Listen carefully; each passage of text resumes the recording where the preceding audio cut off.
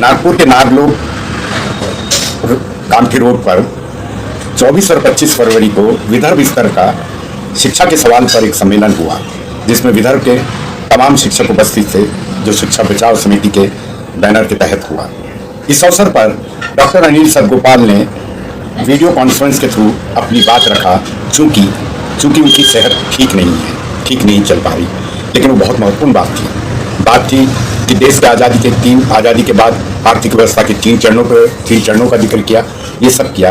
और डॉक्टर अनिल सदगोपाल को कई अवार्ड्स मिले हैं, कई किताब उन्होंने लिखी है, जिसमें महत्वपूर्ण किताब है संघर्ष और निर्माण, जो शंकर बुआ नियोगी को लेके है, राजकमल प्रकाशन ने 1993 में प्रकाशित किया। Political economy of education in the age of globalisation, Bharat Jan Vigyan जत्था 2003 में प्रकाशित किया। और इसी तरह शिल्पी ने 2000 में प्रकाशित किया।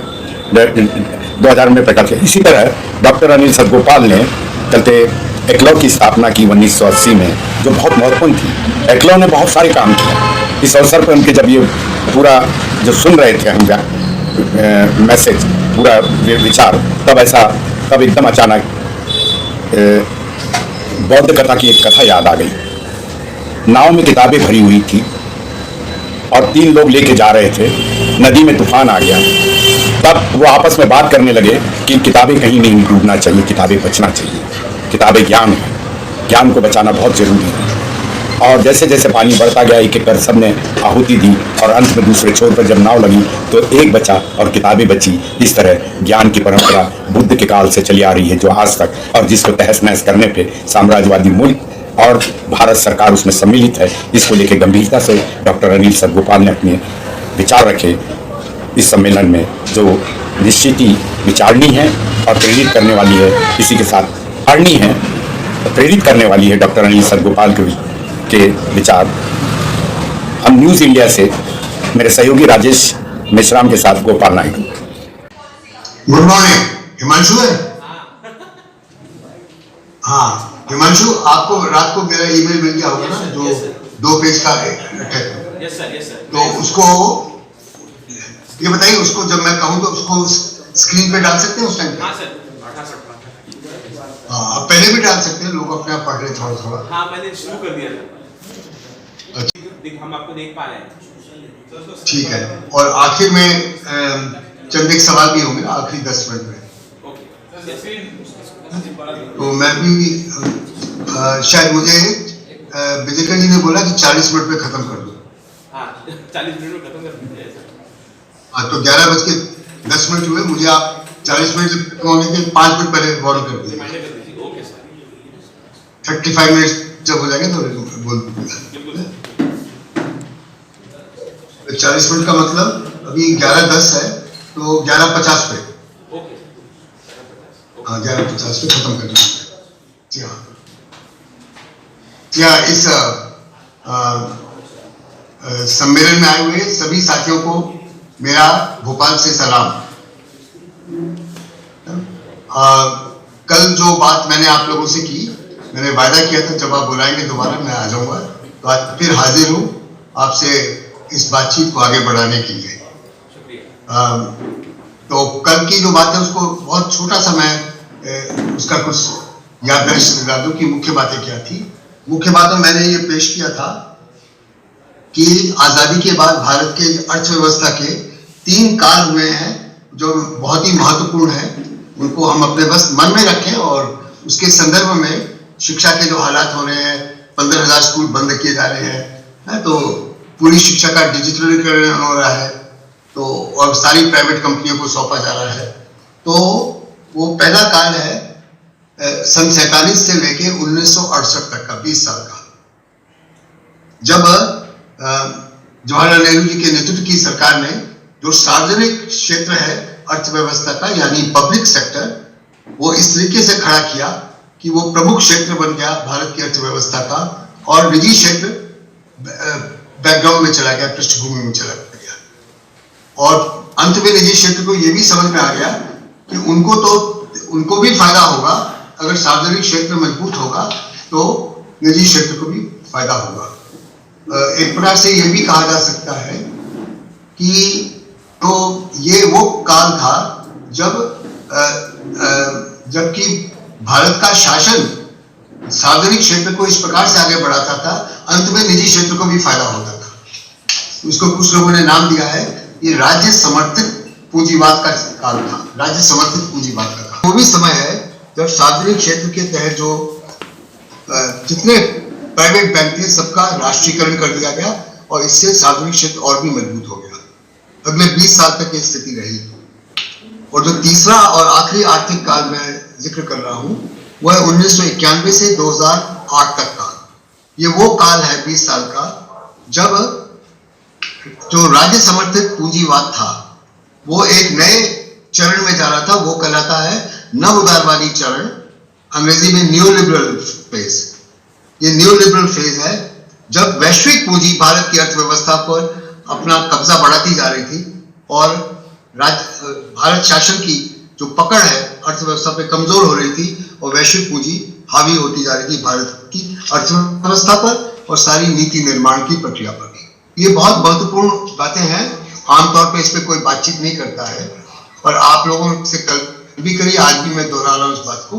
इस पृष्ठभूमि में हम आगे बढ़ते हैं और समय कम है आज मेरे लिए, मेरे पास तो थोड़ा सा मैं स्पीड से आगे बढ़ूंगा। तो आप लोग अपने सवाल लिखते जाइए और फिर सवालों के लिए जरूर समय मिलेगा। तो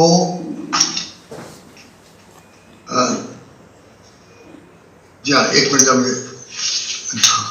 तो ये जो नई शिक्षा नीति है जो 2020 में लागू की गई, लेकिन लागू तो ये 29 अक्टूबर 2020 के बाद की गई जब कैबिनेट के मीटिंग में इसको स्वीकृति मिली, लेकिन इसकी असली स्वीकृति तो 29 अक्टूबर 2020 के पहले 1 मई 2020 को हो गई थी, क्योंकि सारा फैसला तो प्रधानमंत्री मोदी जी ने खुद ही कर लिया था। बाकी तो कैबिनेट और मंत्रिमंडल ये तो केवल एक थोड़ा सा जनता को बताने के लिए हम मंत्रियों को पूछताछ करके कर रहे हैं, किया सारा फैसला मोदी जी ने खुद ही था। 1 मई 2020 का दिन जो है वो तारीख आप सबको याद होगी। ये वो तारीख है जो पूरी दुनिया के स्तर पर इसको मजदूर दिवस के रूप में मनाया जाता है पूरी दुनिया में। 1 मई 2020 वो तारीख थी, लेकिन जब प्रधानमंत्री मोदी जी ने प्रेस को संबोधित किया तो उसमें कहीं भी मजदूर दिवस का जिक्र नहीं था, मजदूरों के बारे में कुछ नहीं था। हालांकि ये वो समय है जब बड़ी तादाद में, कोविड का समय है जब बड़ी तादाद में मजदूर शहरों को छोड़ छोड़ के लाखों मजदूर और बड़ी मुसीबत में थे, उसके बावजूद प्रधानमंत्री जी ने मजदूरों का जिक्र भी नहीं किया, जबकि ये इंटरनेशनल लेबर डे था, अंतरराष्ट्रीय मजदूर दिवस था। इसको भी आप नोट करके रख लीजिए, ये बड़ी महत्वपूर्ण बिंदु है जिनको मैं छू के आगे बढ़ रहा हूं। तो मैं आगे बढ़ता हूं। तो मोदी जी ने ये डिक्लेयर किया कि ये जो नीति नई आ रही है ये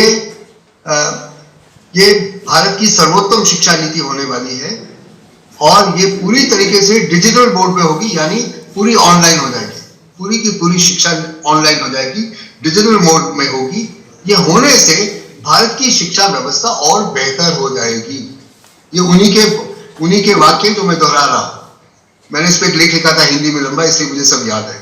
तो उन्होंने ये कहा 1 मई को कि भारत की शिक्षा व्यवस्था इसलिए बेहतर हो जाएगी क्योंकि इसका डिजिटलीकरण हो जाएगा और भारत की शिक्षा के स्तर को बहुत ऊंचा कर देगी, इतना ऊंचा कर देगी कि भारत फिर विश्व गुरु बन जाएगा।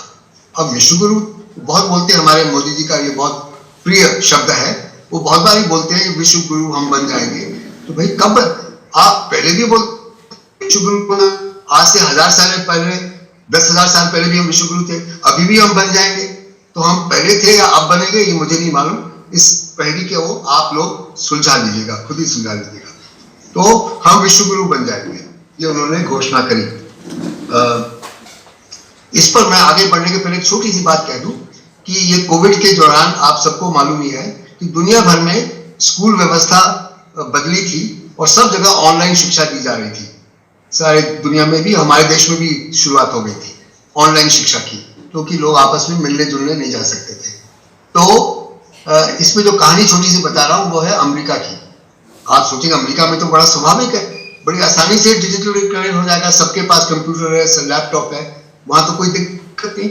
वहां अमेरिका की जो पूरी उनके देश के स्तर पर, राष्ट्रीय अमेरिका के स्तर पर जो सबसे बड़ा स्कूल टीचर का फेडरेशन है, आप लोग में से कई लोग शिक्षक होंगे, आप लोग ध्यान से सुनिए। स्कूल टीचर का जो फेडरेशन है पूरे अमेरिका के लिए, उसने अध्ययन शुरू किया कि ऑनलाइन शिक्षा होने से फायदा होता है कि नुकसान होता है। ये शिक्षकों के संगठन ने अध्ययन करवाया। उसमें से बात ये निकली कि जब से ऑनलाइन शिक्षा हुई है तब से बच्चों ने सीखना बंद कर दिया है। अब बच्चे सीख नहीं पाते हैं क्योंकि ऑनलाइन शिक्षा वो पचा नहीं पा रहे हैं बच्चे। उसकी एक छोटी सी कहानी मुझे बहुत अच्छी लगती है, इसलिए आपसे साझा कर रहा हूँ। वो कहानी है, अमेरिका में एक प्रांत है, एक प्रांत है जिसका नाम है टेक्सास। और टेक्सास प्रांत अमेरिका के उस बॉर्डर पे जो मेक्सिको, जो बहुत ही गरीब देश है, जो बहुत नजदीक है अमेरिका के, उनके बीच में एक बाउंड्री वॉल है। तो बाउंड्री पार मेक्सिको है, तो वहां से बहुत बड़ी तादाद में मजदूर आते हैं अमेरिका में काम करने के लिए।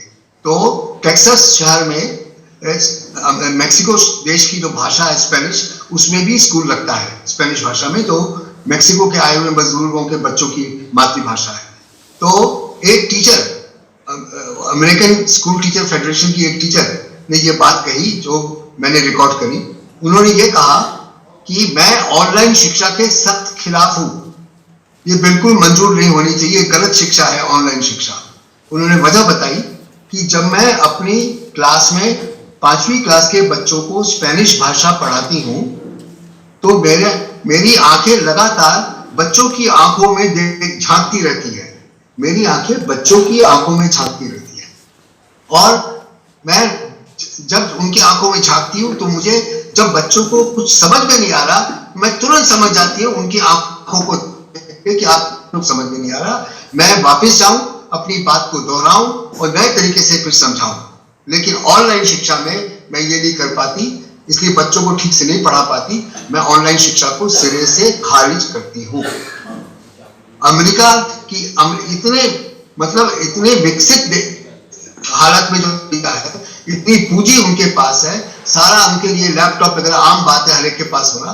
इसके बावजूद अमेरिकन फेडरेशन ने तय किया हम इसको रिजेक्ट करते हैं। उनकी स्कूल टीचर ने बहुत सुंदर ढंग से अपनी बात समझा दी। इसके बावजूद भारत में ये दावा किया जा रहा है प्रधानमंत्री जी के द्वारा, डिजिटलीकरण से शिक्षा सुधर जाएगी और फिर भारत विश्व गुरु बन जाएगा। तो मेरे मन में उस समय एक सवाल उठा जो मैंने अपने हिंदी के लेख में लिखा भी, वो सवाल मैंने फिर आज मुझे याद आ गया है।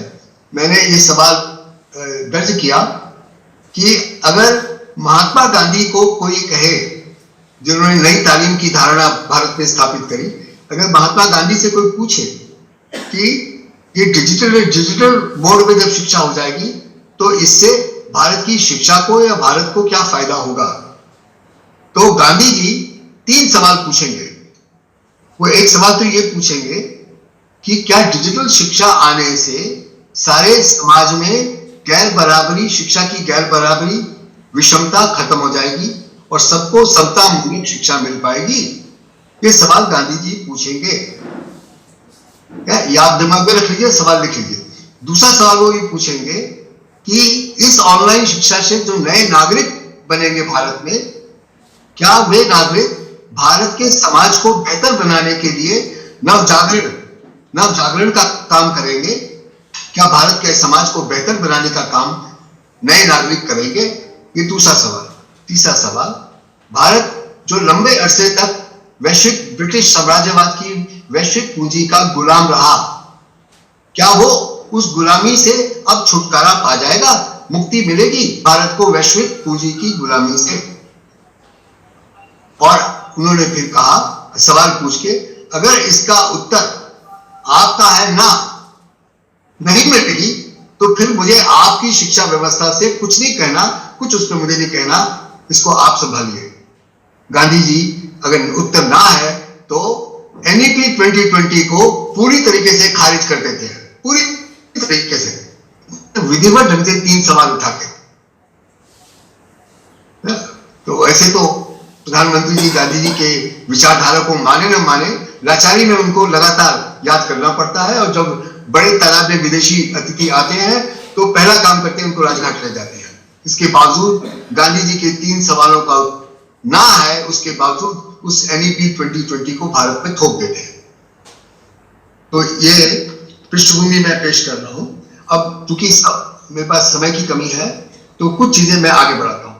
जो पहला आर्थिक काल है 1947 से लेके 1968, जिसमें सार्वजनिक क्षेत्र, पब्लिक सेक्टर, प्राइवेट सेक्टर पे हावी था, उसकी भारत की शिक्षा व्यवस्था के लिए बहुत महत्वपूर्ण बात है कि उस 20 सालों में जो बहुत बड़ा कदम केंद्रीय सरकार ने उठाया था वो था कोठारी शिक्षा आयोग की स्थापना करना 1966 में, 1964 में, माफ कीजिए, 1964 में कोठारी शिक्षा आयोग की स्थापना करना। इसका नाम आपने सुना होगा, कोठारी कमीशन। तो कोठारी साहब एक वैज्ञानिक प्रोफेसर थे दिल्ली विश्वविद्यालय के और फिजिक्स के प्रोफेसर थे।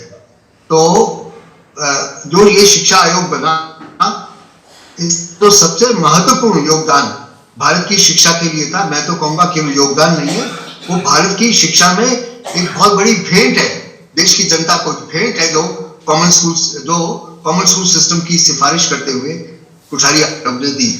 अब ये कॉमन स्कूल सिस्टम, हिंदी में समान स्कूल व्यवस्था, ये इसके क्या मायने हैं?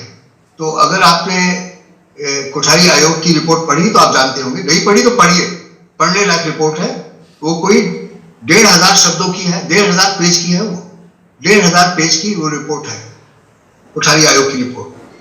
तो मैं केवल उसकी एक बात पे ध्यान दूंगा इस समय, वो है समान स्कूल व्यवस्था या कॉमन स्कूल सिस्टम। उन्होंने कहा कि भारत की स्कूल व्यवस्था ऐसी होनी चाहिए। 1964 में आयोग स्थापित हुआ, 1966 में 2 साल में इसकी रिपोर्ट सार्वजनिक हो गई। तो उन्होंने कहा कि समान स्कूल व्यवस्था क्या है, इसका हम जिक्र करने जा रहे हैं। फिर उन्होंने इसका व्याख्या करी। वो व्याख्या क्या कहती है? व्याख्या ये कहती है कि देश के सब बच्चों को अधिकार है कि उनको बेहतरीन गुणवत्ता की शिक्षा मुफ्त में मिले और वो समानता के सिद्धांत पर आधारित हो। जितने स्कूल भारत में बने वो सब समतुल्य हो। ये नहीं कि स्कूल बहुत अच्छा है, बहुत सुविधाएं हैं, वहां पे 30 बच्चों पे एक शिक्षक है, बाकी स्कूल में जहां पे 200 बच्चों पे एक शिक्षक है, इसकी इजाजत ये समान स्कूल व्यवस्था नहीं देती है। और ये स्कूल बच्चों के पड़ोस में होना चाहिए ताकि वो पैदल चल के वहां पे आराम से पहुंच जाए, कोई उनको ट्रैफिक जैम में फंसना ना पड़े, उनके लिए बसों पे ना जाना पड़े, पैदल वो पहुंच जाए, घर के नजदीक हो, ताकि उसी गांव का जहां पे स्कूल है, गांव के पालक उस स्कूल पर नजर भी रख सके और स्कूल को अच्छा बनाने में पालक भी, पेरेंट्स भी ये योगदान दे। आप लोग आजकल इसी लड़ाई में लगे हुए हैं कि गांव के जो पालक हैं उनकी क्या भूमिका होगी कि स्कूल बंद न किया जाए। तो उन्होंने जो बात मुझे बड़ी अच्छी लगी वो बता रहा हूं। उन्होंने कहा कि जो समान स्कूल व्यवस्था की हम बात कर रहे हैं, ये केवल गरीब बच्चों के लिए नहीं है। समान स्कूल व्यवस्था तो सबसे ज्यादा फायदा अमीर बच्चों को और मिडिल क्लास के बच्चों को पहुंचाएगी। अब सोचिए, मैं कुछ सेकंड रुकता हूं और सवाल दोहराता हूं। वो एक सवाल पूछ सकते कोठारी आयोग कि क्या समान स्कूल व्यवस्था होने से सबसे ज्यादा फायदा क्या गरीब को मिलेगा? कहते गरीब को तो मिलेगा, लेकिन उससे ज्यादा फायदा अमीर घरों के बच्चों को मिलेगा। तो पढ़ के मुझे भी हैरानी हुई, पर फिर मुझे समझ में आया।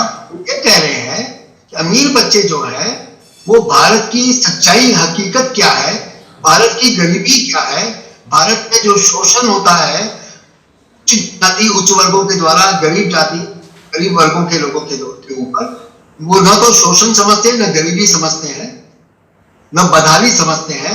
ये अमीर बच्चे भारत को समझ पाएंगे, जान पाएंगे और बड़े होकर भारत की बेहतर सेवा कर पाएंगे। मैं तो सोचता हूं, आप सोचिए, मैं तो कभी भूला नहीं इस वाक्य को, उनके इस वाक्य को। अमीर बच्चों को यह फायदा हुआ कि देश को समझ जाएंगे, देश को जान जाएंगे। आगे बढ़ते हैं। फिर उन्होंने ये कहा कि एक ऐसा स्कूल जो बच्चों से फीस लेता है, किसी भी प्रकार की फीस लेता है, किसी भी बहाने से फीस लेता है, जो बच्चों से फीस लेता है, ऐसे स्कूल के लिए एक लोकतांत्रिक देश में कोई जगह नहीं हो सकती। मैं अंग्रेजी में बोलता हूं, उन्हीं का वाक्य जो था, there is no space for a fee charging school in a democratic society. एक लोकतांत्रिक देश और लोकतांत्रिक समाज में फीस लेने वाले स्कूल के लिए कोई जगह नहीं होनी चाहिए। ये सन 1966 की रिपोर्ट कोठारी आयोग की, उसका मैं जिक्र कर रहा हूं।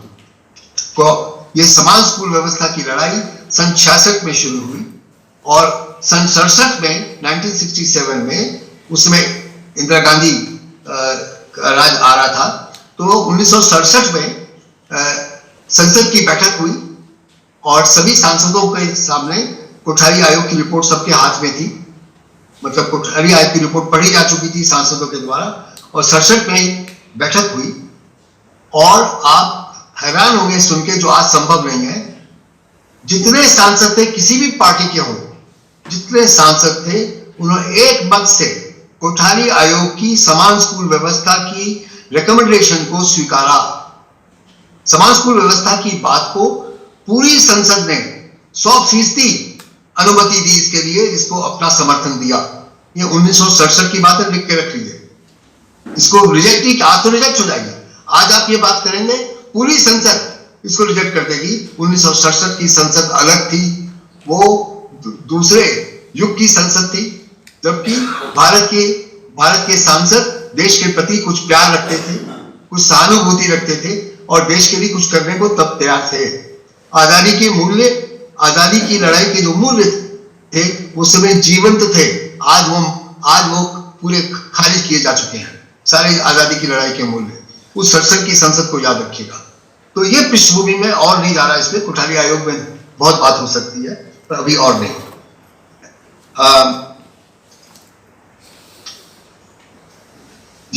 मैं अब तेजी से आगे बढ़ रहा हूं, पर एक बात का जिक्र कर दूं चलते चलते।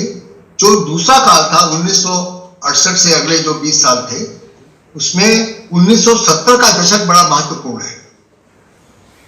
जब आपातकाल लागू हो गया था, 1970 का दशक जो है वो इसलिए महत्वपूर्ण है कि अगर उस समय के आंकड़े आप निकाल के खंगालेंगे, शिक्षा के आंकड़े, तो आपको हैरानी होगी कि 1970 का वो दशक है आपातकाल का था जब भारत में स्कूल व्यवस्था बहुत सुधरी और स्कूलों की बड़ी तेजी में, बड़ी रफ्तार के साथ नए स्कूल खोले गए। लाखों स्कूल खोल दिए गए उस समय। ये एक बहुत अच्छी खबर है। आपातकाल की सारी बुरी खबरें के मुकाबले में ये बड़ी अच्छी खबर है कि 70 के दशक में स्कूलों की संख्या, सरकारी स्कूलों की संख्या बहुत तेजी से आगे बढ़ी और सरकारी स्कूल में टीचरों की अपॉइंटमेंट भी बहुत तेजी से हुई। ये 70 का दशक है। और मैंने कल भी जिक्र किया था, जो तीसरा काल था 1980, जब चल रहा, जब दूसरा काल 80 खत्म हो रहा था, उस समय वैश्विक पूंजी विश्व बैंक के जरिए बहुत तेजी से भारत की नीतियों पे, केवल शिक्षा नीति नहीं, सभी नीतियों पे हावी हो रही थी। इसके बावजूद 1986 की शिक्षा नीति में कई ऐसे फैसले किए गए थे जो भारत के आम जनता के पक्ष में थे। आम जनता के पक्ष में ऐसे फैसले हुए थे। लेकिन 1991 एकदम नजदीक था, 1986 के 91 आते ही वैश्विक पूंजी पूरी तरीके से हावी हो गई भारत की अर्थव्यवस्था के ऊपर।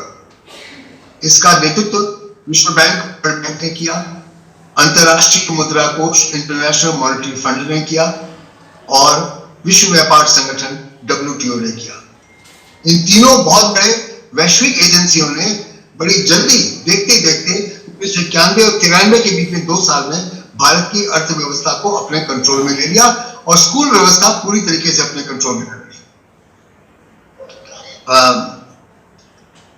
मैं इस मौके पर हिमांशु, जो लैपटॉप के बगल में बैठे होंगे, उनसे निवेदन करता हूं कि मैंने जो आपको 2 पेज का एक नोट दिया है उसको स्क्रीन पे डाल दीजिए और दोनों पेज दिखे और सभी यहाँ मौजूद साथियों से मेरा निवेदन है कि ये अंग्रेजी में लिखा हुआ है, इसका हिंदी तर्जुमा है पर मैं इसको अपलोड नहीं कर पाया, तो ये अंग्रेजी में लिखा हुआ है और मैंने आयोजकों से ये निवेदन किया, वे मान गए मेरा निवेदन कि ये थोड़ी देर स्क्रीन पे रहेगा जब मैं इसके ऊपर बात करूंगा।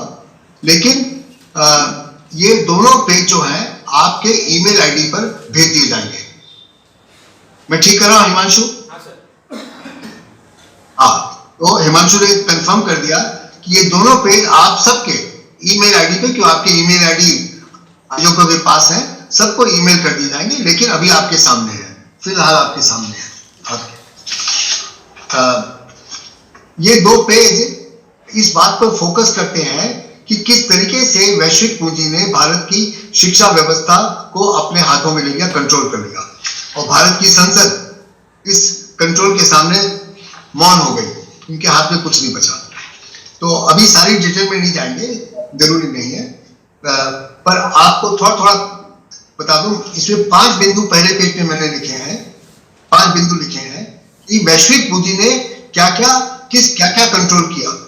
तो वैश्विक पूंजी ने, आप इसको नोट ले लें अपनी नोटबुक में तो अच्छा रहेगा, कि वैश्विक पूंजी ने एक बात ये कही कि भारत के संविधान, सुनिएगा ध्यान से, भारत के संविधान यानी राजघटना, भारत के संविधान के तहत जो स्कूल व्यवस्था को बेहतर बनाने के लिए फैसले लिखे हुए हैं कि वो किस तरीके की स्कूल व्यवस्था होगी और वो सभी बच्चों को मुफ्त शिक्षा देगी, वो संविधान का जो पहलू है इसको आप खारिज कर दीजिए। ये हुक्म कौन दे रहा है? वैश्विक पूंजी हुक्म दे रही है भारत को, भारत की सरकार। इसको खारिज कर दीजिए, अब उसकी कोई जरूरत नहीं है संविधान के इन प्रावधानों की। दूसरी बात, ये वैश्विक पूंजी हमको हुक्म दे रही है कि आपके संविधान में जो शिक्षा को मौलिक अधिकार, फंडामेंटल राइट का दर्जा दिया गया है, इसको भी आप खारिज कर दीजिए, इसकी कोई जरूरत नहीं है। यह है नव उदारवादी युग की पहचान। न्यू लिबरल एज जो भारत में 91 में शुरू हो गई थी, उस न्यू लिबरल एज की पहचान है। क्या क्या वो भारत के संविधान से निकाल रहे हैं, आप देखते जाइए, मौलिक अधिकार भी छीन रहे हैं। तीसरा, आप समझिए मैं क्यों कल भी वैश्विक पूंजी के खिलाफ बोल रहा था, आज भी बोल रहा हूं, और जब तक मेरी सांस चलेगी मैं वैश्विक पूंजी के खिलाफ बोलता रहूंगा और लोगों को लामबंद करता रहूंगा। तीसरा, इसे मेरे गुस्से का कारण है, आप देखिए ना, क्या आपको गुस्सा नहीं आता क्या सुन के? आपको गुस्सा नहीं आता तो फिर मैं आपसे क्या बात करूं? मैं उम्मीद कर रहा हूं आप में भी गुस्सा आ रहा होगा। आप वो लोग हैं जो महाराष्ट्र की शिक्षा व्यवस्था को बेहतर करने के लिए पूरी तरीके से इस समय जुटे हुए हैं, इसलिए आपको भी गुस्सा आ रहा होगा, मैं मान के चलता हूं। तीसरी बात, हाँ, ये तो और भी मजेदार बात है, वो है कि जो शिक्षा का मकसद ये नहीं होना चाहिए कि वो भारत में लोकतांत्रिक और समाजवादी और समता मूलक समाज को बनाने के लिए नए नागरिकों का निर्माण किए, जिसकी मैं कल से आपसे बार बार गुजारिश कर रहा हूं, आज भी की है। उसके ठीक उल्टा कि शिक्षा का ये उद्देश्य नहीं होना चाहिए कि वो ऐसे नागरिक बनाए जो समता मूलक समाज, भेदभाव से मुक्त समाज, गरीबी से मुक्त समाज का निर्माण करे। इसकी कोई जरूरत नहीं है, कोई जरूरत नहीं है, केवल उनको साक्षर बना दो, लिटरेसी दे दो बस, और कुछ नहीं। उनको साक्षर बना दो और कुछ नहीं कर रहा शिक्षा का पूरा उद्देश्य, जो हमारे पूरे आजादी की लड़ाई के इतिहास का अभिन्न अंश है कि शिक्षा का मकसद क्या होना चाहिए, जिसके लिए गांधी जी ने अपनी पूरी ताकत लगा दी, उस उद्देश्य को ही खारिज करवा रही है वैश्विक पूंजी। इसलिए जब कभी हमारे लोग खुश होते ना, हाँ वर्ल्ड बैंक आ रहा है, बहुत अच्छा होगा, उनको सिखाइए। आप जिस आंदोलन में, वो आंदोलन भारत की जनता को, महाराष्ट्र की जनता को सिखाए कितनी खतरनाक है ये वैश्विक पूंजी। ये पूरे भारत को खत्म करने वाली पूंजी है, नष्ट करने वाली। चौथा बिंदु उन्होंने रखा कि कोई जरूरत नहीं है भारत में कि एक समता मूलक स्कूल व्यवस्था हो, जिसकी सिफारिश कोठारी आयोग ने की। उनका इसकी कोई जरूरत नहीं है। शिक्षा व्यवस्था में कई परतें, लेयर्स होनी चाहिए, कई परतों में बटा होना चाहिए स्कूल व्यवस्था। अमीर बच्चों के लिए बेहतर स्कूल, गरीब बच्चों के लिए खराब स्कूल, मध्यम वर्गीय बच्चों के लिए और बीच का स्कूल, लड़कियों के लिए एक क्वालिटी का स्कूल, लड़कों के लिए एक क्वालिटी का स्कूल। अरे वो तो पूरी शिक्षा व्यवस्था को परतों में बांट रहे हैं। मल्टी लेयर्ड स्कूल सिस्टम, बहुपरती स्कूल व्यवस्था, मैंने हिंदी में बोल दिया, बहुपरती स्कूल व्यवस्था, परतों में बांटी हुई स्कूल व्यवस्था की बात हमारे ऊपर जबरन लाद रहा है वैश्विक पूंजी वाला। और पांचवी आखिरी बात जो उन्होंने हम पे थोपी, और वो है कि शिक्षा व्यापार में बिकने वाली एक वस्तु है। शिक्षा एक वस्तु है जिसका व्यापार किया जा सकता है दुनिया के बाजार में या भारत के बाजार में। ये व्यापार की चीज है। इसके आधार पे आप शिक्षा व्यवस्था का निर्माण कीजिए और ऐसी शिक्षा व्यवस्था बनाइए जो दुनिया के बाजार में बेची जा सके। ये वो शब्द हैं जो वर्ल्ड बैंक ने इस्तेमाल किए भारत की सरकार को हुक्म देते हुए।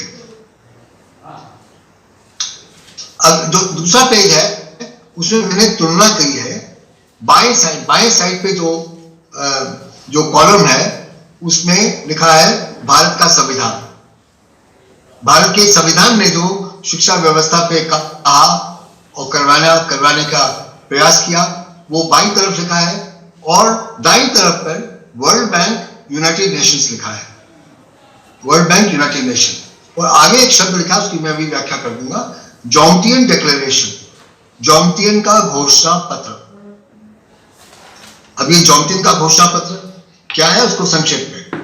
जॉमटियन एक शहर है, थाईलैंड नाम का है, हमारे देश से बहुत दूर नहीं है, दक्षिण पूर्वी एशिया में है थाईलैंड। उसका एक बड़ा शहर है जॉमटियन। तो वर्ल्ड बैंक के पैसों का इस्तेमाल करके यूनाइटेड नेशंस ने, आप सब जानते हैं यूनाइटेड नेशन यूएन क्या होता है, यूनाइटेड नेशन ने जॉमटियन में एक दुनिया के सभी मुल्कों को जोड़कर एक बड़ा सम्मेलन करवाया शिक्षा के ऊपर। उसको जॉमटियन सम्मेलन के रूप में जाना जाता है। जितना वहां पे खर्च हुआ, लोगों के आने जाने का खर्च हुआ, सब वर्ल्ड बैंक ने दिया, और बहुत बड़ा सम्मेलन था 1990 का। उसमें जो फैसले हुए जो आज हम पे अभी तक लागू हो रहे हैं, और संविधान जो कहता है, दोनों की तुलना की है।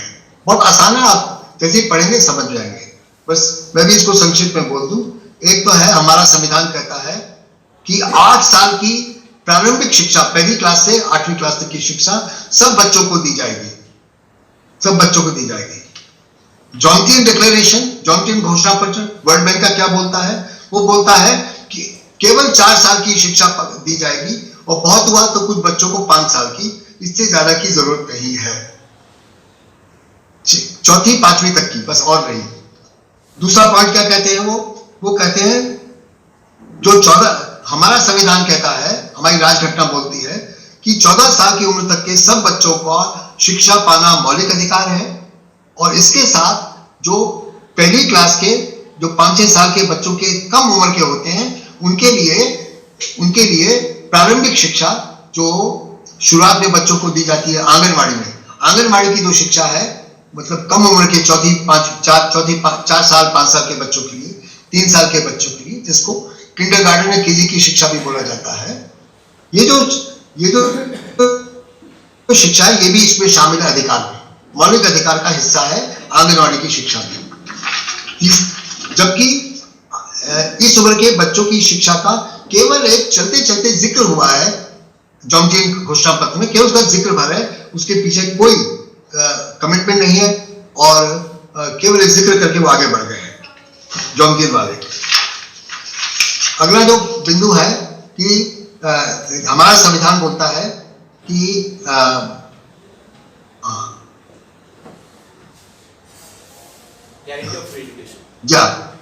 जी हाँ, वो जो है आप ठीक कर रहे हैं। मुफ्त शिक्षा देने की पूरी गारंटी, ये मोदी जी की गारंटी नहीं है, ये भारत के संविधान की गारंटी है। कभी मोदी जी की गारंटी इसको मत मानिएगा, वो दे भी नहीं सकते, वो कभी नहीं देंगे। देने का मतलब उनकी विचारधारा इसके खिलाफ है। उनकी विचारधारा जॉमटियन डिक्लेरेशन वाली है। वर्ल्ड बैंक और जॉमटियन डिक्लेरेशन की विचारधारा हमारे प्रधानमंत्री जी की है। ये जो गारंटी है, ये बाबा साहब अम्बेडकर की गारंटी है कि 14 साल की उम्र तक सब बच्चों को मुफ्त शिक्षा मिलेगी, और बेहतरीन क्वालिटी की मिलेगी, समतामूलक शिक्षा होगी। इस ऐसी मुफ्त शिक्षा का कोई जिक्र भी नहीं है वर्ल्ड बैंक के जॉमटियन में। अगली बात, जो हमारी शिक्षा होगी, संविधान कहता है, वो एक लोकतांत्रिक, समाजवादी, समतामूलक, न्यायपूर्ण, जिसकी यात्रा राहुल जी निकाल रहे हैं, और धर्मनिरपेक्ष समाज के निर्माण के लिए वो नए नागरिकों का निर्माण करेगी। और समता यानी समानता, स्वतंत्रता और बंधुता, ये जो 3 तत्व हमारे संविधान के प्रियम्बल का हिस्सा है, ये जो इक्वालिटी, लिबर्टी, फ्रेटर्निटी, ये जो तीनों शब्द हैं, ये आधार होंगे भारत की शिक्षा व्यवस्था के। इस तरीके के विचार, इस तरीके की शिक्षा की परिभाषा जो है, ये इसके लिए कोई जगह नहीं हो सकती जॉमटिन के घोषणा पत्र में, क्योंकि जॉमटिन का घोषणा पत्र केवल बाजार के लिए शिक्षा को तैयार कर रहा है। और वो कहता अच्छा ठीक है, उनको कुछ गिनती गिनना सिखा दो, कुछ अक्षर पढ़ना सिखा दो, और बहुत है तो उनको ये आजकल का लैपटॉप पकड़ा दो, बात खत्म हो जाती है। और अगली बात जो हमारा संविधान कहता है कि शिक्षा की इतनी बड़ी प्राथमिकता होनी चाहिए भारत की अर्थव्यवस्था में कि अगर पैसों की कमी हो रही है तो हमारे सारे जो संसाधन है देश के, उनकी प्रायोरिटी बदल के, उनकी प्राथमिकताओं को बदल कर पूरी प्राथमिकता भारत के सब बच्चों को शिक्षित करने के लिए होनी चाहिए। उसकी प्राथमिकता बिल्कुल टॉप पे होनी चाहिए, ये हमारा संविधान बोलता है। उच्चतम जगह होगी शिक्षा की, जो आज नहीं है। ये लड़ाई अभी लड़नी बाकी, आपको लड़नी है। और भारत के सभी ग्राम पंचायतों को, ग्राम सभा को और आदिवासी परिषदों को यही लड़ाई लड़नी है। और जो जॉमटिन क्या बोलता है कि जब आपको पैसों की कमी हो तो विदेशी सहायता मांग लेना। हम पश्चिम के देश हैं, हमारे बहुत पैसा, हमसे मांग लेना, पैसा मांग लेना, और कोई एनजीओ खोल देना। कोई जरूरत नहीं है आपको कि सरकार इसके लिए सब खर्च करे, आपकी सरकार जैसी है वैसी रहे, हमसे पैसा मांग लो, यानी हमारे गुलाम बन जाओ। और फिर है कि शिक्षा के जितने आयाम हो, शिक्षा के जितने चरण हो, सबकी बुनियाद है समानता, समता, बराबरी। इतना महत्व दिया गया है हमारी राजघटना में, हमारे संविधान में। और ये समानता और बराबरी जैसा कोई भी जो विचार है वो नहीं है जॉमटिन में। और बहुत है कि बच्चों को मौका दे दिया जाए कि वे भी कुछ सीखते जाए, उनको एक मौका दे दिया जाए। मौके से ज्यादा कोई जरूरत नहीं है, और जितना सीखे वो काफी है उनके लिए। और आखिर में हमारा संविधान कहता है कि इस सब करने के लिए भारत की स्कूल व्यवस्था का आधार समान स्कूल व्यवस्था, कॉमन स्कूल सिस्टम होना चाहिए। समान स्कूल व्यवस्था जैसी विचार का जिक्र भी नहीं कर सकता जॉमटिन या विश्व बैंक, क्योंकि विश्व बैंक तो बाजार के लिए शिक्षा बना रहा है, जहां पे समानता का कोई जगह नहीं होती समानता के लिए। मेरे साथियों, मैंने माफ कीजिएगा, जल्दी बोल दिया क्योंकि समय की कमी हो रही है। तो अब शायद टाइम भी हो रहा, मैं देख लूँ, हाँ हो ही गया लगभग, मैं रोक ही देता हूँ। मैं आखिरी बात यह है कि हमने सन 91 से विश्व बैंक से कर्ज लेना शुरू किया, अंतर्राष्ट्रीय मुद्रा कोष, इंटरनेशनल मॉनेटरी फंड से कर्ज लेना शुरू किया। तो कई बार जब मैं और हमारे से जुड़े हुए जितने साथी आंदोलन कर रहे थे वर्ल्ड बैंक के खिलाफ 90 के दशक में, तो कई लोग हमसे पूछते, अरे भाई काहे को विरोध कर रहे हो, पैसा आ रहा है बाहर से, क्यों मना करते हो? हमारी सरकार के पास तो पैसा ही नहीं है, हमारी सरकार के पैसा नहीं है, और गरीब सरकार है, वो कैसे देश के सब बच्चों को मुफ्त शिक्षा देगी, पढ़ाएगी, अच्छे स्कूल बनाएगी? तो बहुत लोग बोलते, पढ़े लिखे लोग, यूनिवर्सिटी में पढ़ाने वाले प्रोफेसर भी यही कहते थे, आज भी ऐसे कहेंगे। तो ऐसा कहते थे। तो हमने फिर एक डेटा इकट्ठा किया, और वो डेटा है वो मैं भिजवा दूंगा ईमेल से, जो बाकी चीज आएंगी ये भी भिजवा दूंगा। वो डेटा ये बताता है कि जब सन 2001 से विश्व बैंक के कंट्रोल में भारत की शिक्षा व्यवस्था आ गई, तब से लेकर 2001 तक, जब विश्व बैंक इस हालत से हमको छोड़ के चला गया, फिर उनकी जगह बंद हो गई। तो इस बीच में विश्व बैंक के हुक्म पर एक प्रोग्राम चला जो सारे देश में चला, महाराष्ट्र में भी चला था। उसका नाम है DPEP, TPEP उसका नाम है, और डिस्ट्रिक्ट प्राइमरी एजुकेशन प्रोग्राम। जिला स्तर पर इसकी प्लानिंग भी हुई, जिला स्तर पर विश्व बैंक ने इसकी प्लानिंग करी, तो जिला स्तर का शिक्षा का प्रोग्राम ये DPEP है। तो DPEP के लिए पैसा आया, विश्व बैंक का खूब पैसा आया, तो लोग खुश भी हुए, और चलो अच्छा हुआ, पैसा तो आ गया शिक्षा के लिए। अब ये 2000 में शुरुआत हुई और ये बढ़ता गया, और 2001 में जब उसको विश्व बैंक को कहा जा रहा था वो हो गया, अब आप चले जाइए छोड़ के हमको, तो 2001 में ये अपने पीक पे था। उनका जो इन्वेस्टमेंट था, जो उनका लोन था, ये लोन था ना, सब लोन आ रहा था, ये जो लोन भारत को दिया जा रहा था ये अपने पीक पे था। बस वो डेटा दे रहा हूं 2001 का आपके सामने। वो डेटा क्या बताता है कि सन 2001 में भारत की स्कूल व्यवस्था पर, यानी आंगनवाड़ी की शिक्षा, प्राथमिक प्राइमरी शिक्षा, मिडिल स्कूल की मतलब 6ठी से 8वीं तक की मिडिल स्कूल की शिक्षा जिसको एलिमेंट्री एजुकेशन बोलते हैं, और माध्यमिक सेकेंडरी एजुकेशन मतलब 8वीं 9वीं का, 9वीं 10वीं का और 11वीं 12वीं का, सेकेंडरी और सीनियर सेकेंडरी एजुकेशन 12वीं तक का। 12वीं तक की आंगनवाड़ी से 12वीं तक की जो शिक्षा है उसके ऊपर जो टोटल पैसा भारत सरकार और राज्य सरकारें मिलकर खर्च करती हैं उसका कितना हिस्सा, कितना उसका परसेंटेज विदेशी सहायता यानी वर्ल्ड बैंक की सहायता से आता है। सवाल समझ गए? कितना पैसा भारत की स्कूल व्यवस्था पर राज्य सरकारें और केंद्र सरकार मिलकर खर्च करती हैं और कितना पैसा विश्व बैंक उसके लिए देती है। इसका जवाब यह है, अगर 100 रुपए आप हिसाब लगा लें तो 100 रुपए में से केवल 1 रुपया 38 पैसा से 100 रुपए में से केवल 1 रुपया 38 पैसा यानी 1.38% विश्व बैंक देता था 2001 में। उससे पहले तो और भी कम देता था, इससे भी कम था। ये तो सबसे ज्यादा जो दे रहा था तब की बातें मैं कर रहा हूं। तो 1.38% 2001 में देता था सारी आंगनवाड़ी से 12वीं कक्षा तक की व्यवस्था के लिए। और बाकी पैसा कौन खर्च करता था? भारत की सरकार, केंद्र की और राज्य सरकार। आपकी जेब से जाता था, हमारी जेब से जाता था, राज्य सरकारों का काम था और भारत सरकार का काम था। यानी 98 रुपए 62 पैसा, 100 रुपए में से 98 रुपए 62 पैसा हमारी सरकारें खर्च करती थी, देश का पैसा था, और केवल 1 रुपया 38 पैसा विश्व बैंक देता था। आप बताइए, हंसने की बात है, ये तो खिलवाड़ हो रहा है हमारी जिंदगी के साथ। जो 1 रुपया 38 पैसा देता है वो भारत की पूरी स्कूल व्यवस्था को कंट्रोल में ले लेता है, अपने कंट्रोल में, और हम लोग तालियां पीटते हैं। इस जकड़न से, इस गुलामी से हम जितनी जल्दी हम मुक्त हो जाए वो जरूरी है, क्योंकि जब एनईपी 2020 शुरू हुई तो हमारे प्रधानमंत्री जी ने शुरू होने के पहले ही विश्व बैंक को इनवाइट किया और विश्व बैंक को आमंत्रित करके कहा, देश के बड़े 6 राज्य हम आपको दे रहे हैं, उसमें जो भी शिक्षा व्यवस्था की प्लानिंग करनी है आप कर दीजिए।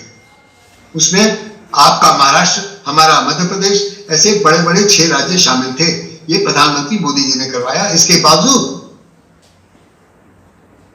कि विश्व बैंक का हमारा बहुत ही बुरा अनुभव था, सन 1990 से लेके 2001 तक का बहुत ही बुरा अनुभव था, उसके बावजूद उन्होंने ये किया। डीपीपी में कभी अलग सेशन रखेंगे तो डीपीपी की खाल खींच के मैं आपको दिखा दूंगा उसके अंदर की बात क्या थी, पर आज नहीं, आज बात को खत्म कर रहे हैं। तो ये सब करके मैं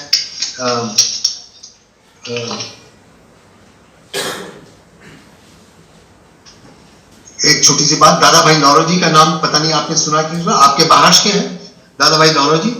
मुंबई में एक व्यापारी थे, वो जो कपास उगाई जाती है, रुई, उसका व्यापार करते थे, और वो पारसी थे, मुंबई के रहने वाले। तो दादा भाई नौरोजी आजादी की लड़ाई में बहुत सक्रिय थे, उनका बड़ा भारी योगदान था, और जब कांग्रेस पार्टी का निर्माण हो रहा था उसमें उनका बहुत बुनियादी योगदान था। तो दादा भाई नौरोजी ने 1878 में 1878 में एक किताब लिखी जिसका नाम था भारत में गरीबी, पॉवर्टी इन इंडिया। वो किताब बड़ी मशहूर हुई, वो कई देशों में गई और वो ब्रिटेन के सांसदों ने पढ़ी, और अंत में जो उसमें दिखाया था दादा भाई नौरोजी ने, उसको पढ़ के वे भी विचलित हो गए, भारत के सांसद भी विचलित हो गए कि इतना लूटा है हमने भारत को। तो लूटने की कहानी है, दादा भाई नौरोजी ने भारत की लूट की कहानी लिखी है। वो अर्थव्यवस्था को समझते थे, तो देश भर के, उसमें ब्रिटिश भारत था बहुत बड़ा था, उसमें बलूचिस्तान भी था, उसमें पेशावर भी था, पूरा पुराना भारत था ये। तो देश के हर राज्य से उन्होंने डेटा मंगवाया अर्थव्यवस्था का कि कितना खर्च किस काम में हो रहा है, और तब उन्होंने बताया कि पूरे हर एक राज्य से, उत्तर से दक्षिण तक और पूर्व से पश्चिम तक, इतने बड़े भारत की किस तरीके से इसको लूटा है ब्रिटिश राज ने, और जो जो लूटा उन्होंने भारत से लूटा और इंग्लैंड भेज दिया, और वो इंग्लैंड की अर्थव्यवस्था को मजबूत करने लगा। यहां से लूटा और ब्रिटेन की अर्थव्यवस्था को मजबूत किया। इस लूट का जो विवरण दादा भाई नौरोजी ने दिया वो अद्भुत है, पढ़ने योग्य है। अगर आपका मन करे तो जरूर उस किताब को प्राप्त कीजिए और पढ़िए, वो इंटरनेट पर भी मिल जाती है। ये दादा भाई नौरोजी की कहानी। और बस एक कहानी और सुना दूं, माफ कीजिए आपका टाइम ले रहा हूं, बस इसके बाद कुछ नहीं बोलूंगा। ये कहानी है कि 1997 में मुझको मौका मिला था, एक निमंत्रण में आया था कि कनाडा में, कनाडा का देश उसका बहुत जिक्र होता है आजकल, कनाडा में एक बहुत बड़ा सम्मेलन हो रहा है नव उदारवाद के खिलाफ, न्यू लिबरलिज्म, नव उदारवादी पूंजी ने जो दुनिया भर में गरीब देशों पे गड़बड़ की है, इसके खिलाफ कनाडा में सम्मेलन हो रहा था। तो मुझे उन्होंने, चूंकि शिक्षा पे मैंने लिखना शुरू कर दिया था, तो उन्होंने मुझे बुलाया था। तो वहां पर बस उसकी छोटी सी कहानी है। वो कहानी ये है कि मैं उनकी राजधानी में एयरपोर्ट पे उतरा, और एयरपोर्ट पे उतर के मैं बाहर निकल रहा था। तो जब निकल रहा था, वहां पर बाजू में बहुत सारे अखबार लटका के रखे हुए थे पढ़ने के लिए। तो मैंने देखा एक अखबार पे हेडलाइन थी। वो हेडलाइन मैं कभी भूला नहीं हूं। वो हेडलाइन बड़े बड़े अक्षरों में, बहुत बड़े अक्षरों में, वो कहती थी, आज पूरे कनाडा देश की, पूरे देश के शिक्षकों और बच्चों के पालकों की रैली निकल रही है, जॉइंट रैली। मैं दोहरा दूं अगर बात नहीं समझ में आई। आज स्कूल के शिक्षकों और बच्चों के पालकों, पेरेंट्स और टीचर्स की जॉइंट रैली निकल रही है। तो मैं तो वहां रुक गया। मैंने कहा ये तो मैंने कभी देखा ही नहीं है, सुना ही नहीं। मतलब शिक्षकों की रैली सुनी है, पालकों की रैली सुनी है, पर उनकी जॉइंट रैली तो कभी नहीं सुनी। तो वो रैली निकली, तो जो जिन्होंने हमको इनवाइट किया था वो बड़ी खुशी से रैली में हमको भी ले गए। तो रैली की स्टेज देखी तो वहां पे पालक भी खड़े बैठे थे, वहां पे शिक्षक भी बैठे थे, और पालक भी शिक्षकों का सपोर्ट कर रहे थे, शिक्षक पालकों का सपोर्ट कर रहे थे। और दोपहर में उस राजधानी में जो भी बड़ी यूनिवर्सिटी थी, बहुत बड़ी यूनिवर्सिटी थी, उस यूनिवर्सिटी ने निमंत्रण दिया था रैली में भाग लेने वाले कोई 10 लाख लोगों को निमंत्रण दिया, हमारी यूनिवर्सिटी में आइए, हम आपका स्वागत करेंगे आपके समर्थन में। आप कल्पना कर सकते हैं कि भारत की एक यूनिवर्सिटी की टीचर एसोसिएशन स्कूल टीचर की रैली को इनवाइट करे, स्कूल टीचर की रैली को। हमारे तो यूनिवर्सिटी वाले सोचते नहीं स्कूलों के बारे में, उनका दिमाग ही नहीं लगता स्कूलों का क्या किया जाए। तो मैंने वो भी अटेंड किया दोपहर का सेशन। मैं तो हैरान हो गया, इतना जबरदस्त समर्थन था स्कूल के टीचरों की रैली को। तो फिर मैंने, जो हमारा मेजबानी कर रहा था एक प्रोफेसर, उससे मैंने पूछा कि भाई ये तो नई बात मैंने देखी है, ये स्कूल के टीचरों और उनके पालकों की रैली का स्वागत आप कर रहे हैं, इतना उनका आप वेलकम कर रहे हैं, ये क्यों? तो कहता है, उन्होंने अंग्रेजी बोला मुझसे, आपको समझ में नहीं आता ये क्यों रहा, आप इतने बड़े शिक्षाविद कैसे हो गए? मैंने डांट के बोला, मजाक में बोला कि आपको समझ में नहीं आता क्या हो रहा है? हमारे बच्चे भी उसी स्कूल में पढ़ते हैं जहां पे गरीबों के बच्चे पढ़ते हैं, जहां मजदूरों के बच्चे पढ़ते हैं, जहां पे सबके बच्चे पढ़ते हैं, हमारे बच्चे भी पढ़ते हैं। अगर स्कूल में गड़बड़ हो रही है और हमारी सरकार स्कूल में जो पैसा देना है उसको जो हर साल फंड देते हैं वो काट रही है, कम कर रही है, स्कूल बर्बाद हो रहे हैं, तो हमारे बच्चों के स्कूल भी बर्बाद हो रहे हैं। आप कल्पना कीजिए, भारत के विश्वविद्यालय का कोई प्रोफेसर जिसकी तनख्वाह लाखों में होती है, वो कभी अपने बच्चों को सरकारी स्कूल में भेजेगा? पर कनाडा का प्रोफेसर भेजता था। इसलिए वो स्कूल वास्तव में वो कॉमन स्कूल सिस्टम, समान स्कूल व्यवस्था थी जिसके इतना आग्रह कुठारी आयोग की रिपोर्ट पे किया गया। हम लोग आज तक लड़ाई लड़ रहे हैं, आप भी शायद लड़ रहे होंगे, और कई जगह पे लड़ाई लड़ी जा रही है समाज स्कूल व्यवस्था की, अभी तक लागू नहीं हुई, क्योंकि जो मिडिल क्लास है, अपर मिडिल क्लास है, और जो अमीर है, धनाढ्य है, उनके बच्चे सरकारी स्कूल में नहीं जाते, वो समाज स्कूल हो या ना हो, वो नहीं जाएंगे वहां पे। ये भारत और पश्चिम में इतना अंतर तो है जिससे हम कुछ सीख सकते हैं। ये सबक मैंने कनाडा से सीखा और समाज स्कूल व्यवस्था की लड़ाई और तेज करवाने की कोशिश की। बस इतना कहना है। आपके कोई सवाल हो पूछ लीजिए। जय हिंद, जय भीम, जय जगत। नमस्कार दोस्तों, हमारे न्यूज चैनल न्यूज इंडिया को लाइक कीजिए, शेयर कीजिए, अनसब्सक्राइब कीजिए। हम मिलेंगे फिर। धन्यवाद।